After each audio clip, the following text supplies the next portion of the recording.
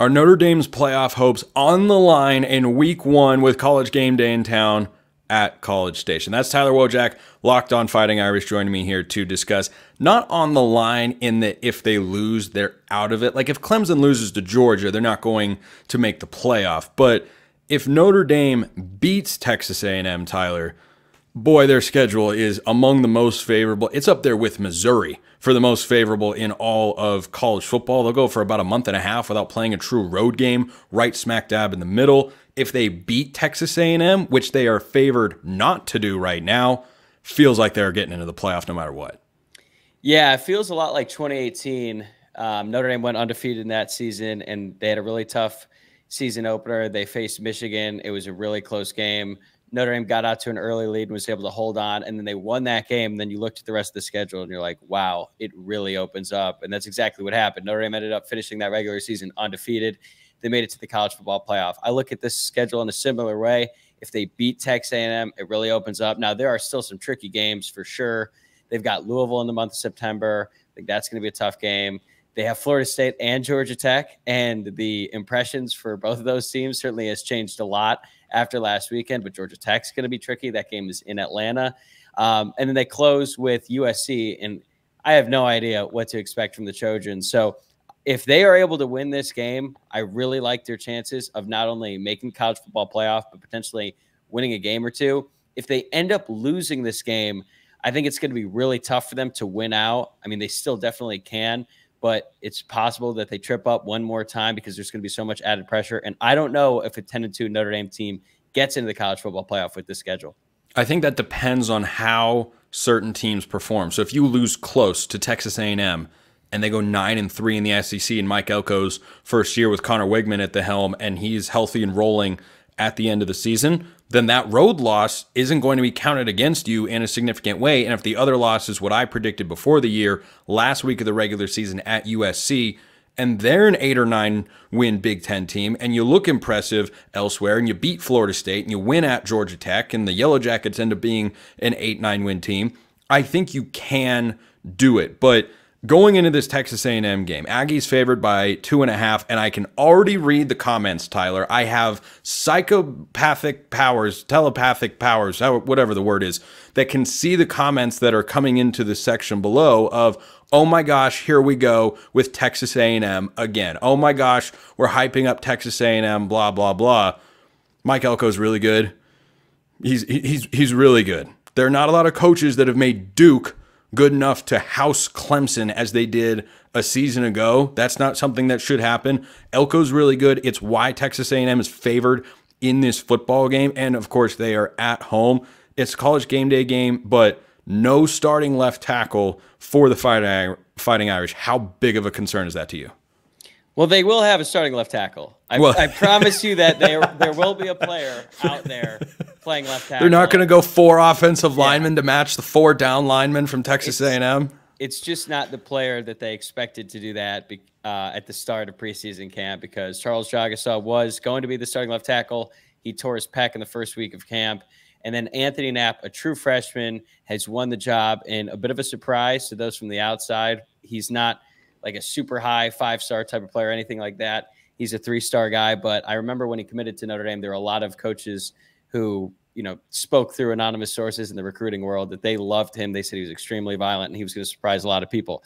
I was like, oh, that's interesting. I'm going to put that in the memory bank and then maybe think about that again in 2 to 3 years' time. Well, a couple months later, he's going to be the starting left tackle for Notre Dame. And look, it's definitely a loss. When I found out that Charles Jagasaw got hurt, I was really bummed, but it's camp. It happens. And I think the way that people have reacted, it's almost too far to the extreme, because Jagasaw was a redshirt freshman. He had one career start, and that was in the bowl game last year against an Oregon State team that was depleted. Basically, their entire roster had left. And the only reason that Jagasaw was even starting was because Joe Walt opted out of the bowl game because he declared for the NFL draft. So it is a loss, but it's not like Joe Walt was projected to start, and now they have to go with the true freshman. It was a smaller question mark replaced by a bigger question mark just because he is a true freshman and the first game is on the road. So don't get me wrong. It's going to impact the game, but I think people are getting a little bit too far ahead of themselves, thinking that now he is going to be terrible and they don't even have a chance at winning in this game. You're just easing my concerns of sticking with my Notre Dame pick in this game. I think it is hard, even for a coach as good as Mike Elko, to come out and game one of the new administration that you're establishing, just have everything firing on all cylinders. This is year 3 for Marcus Freeman. He's got a veteran quarterback. You've got Mike Denbrock as the offensive coordinator, who was the OC at LSU a year ago for Jaden Daniels' Heisman season. I love all of that. I don't love the sound. You know, Colin Cowherd has had that exercise for years. Say it out loud. True freshman starting left tackle at Texas A&M week 1. Don't love it. Don't love it. I'm sticking with Notre Dame on my pick in this game, though. And I like Connor Wegman. I am a big Riley Leonard fan. I think he's an absolute gamer if you keep him on the field. I think the Denbrock hire is huge. The matchup will come down to that offensive line. Are they going to be able to hold up enough? This is still a talented, even though there were mass portal departures, this is still a talented Texas A&M football team. They are capable of winning 8 to 9 games this year, even in the SEC. They can win this game. I think Notre Dame is going to find a way to get it done.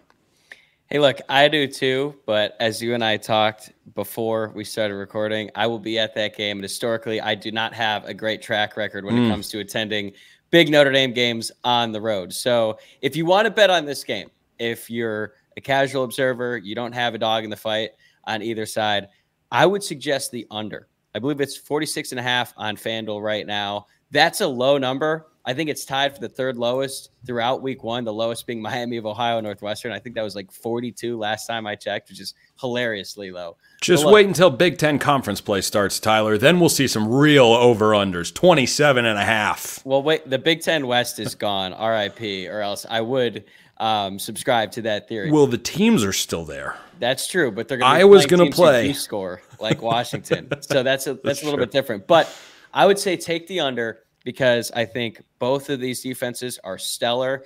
Both of these offenses have good players, but in most season openers, like, it's very rare for an offense to just come out clicking on all cylinders. Either side. Notre Dame's obviously going to be on the road, which makes things a little bit tougher. They've got a transfer quarterback. They've got a new offensive coordinator, but so does Texas A&M. They have Colin Klein, who actually, weird sort of small world situation here. When Notre Dame had to replace Tommy Rees's offensive coordinator, they were very close to hiring Colin Klein away from Kansas State. Well, now he is with Texas A&M.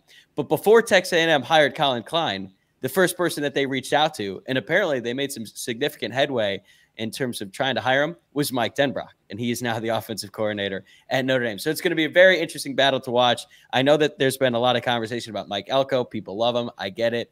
People aren't as high on Marcus Freeman because he hasn't really done enough in the first 2 years, but look at the coordinators. And I actually think that's where Notre Dame has the upper hand. Al Golden compared to Jay Bateman. I take Al Golden every time. Mike Denbrock over Colin Klein. I take Mike Denbrock every single time. So it's going to be a close game. I think it's going to be a low scoring game, but I think Notre Dame is going to hang on and get the win on the road. I'm going Irish 23-17 in College Station. I think Marcus Freeman has got the defense ready to go. And Connor Wegman, it's not his first time playing college football, but I think the trend that we saw a little bit in week 0 is offenses have been sluggish to start. So I like the under pick of 46.5, according to our friends at FanDuel. I'll take the Irish 23-17 over the Aggies. Your score prediction, good sir. Wow, I haven't thought about a score prediction just yet. It's got to grind out some film. Got to watch countless hours of tape. No, I'm just messing around. I think it's going to be Notre Dame 17-13. Oh, that is a Big Ten West game if I've ever heard it. It's going to be really low scoring, I think. And I think it's ultimately going to come down to two things. Who wins the turnover battle, which is pretty cliche, but also which team has more explosive plays on offense, because I don't think either offense is going to be able to maintain long, sustained drives throughout the course of the game. Now, each offense could have the upper hand on 1 or 2 drives, but I think that a lot of them are going to stall out. You're going to have to hit some big plays and take advantage of the opportunities that you get in the red zone. I think that's going to be the difference in this game.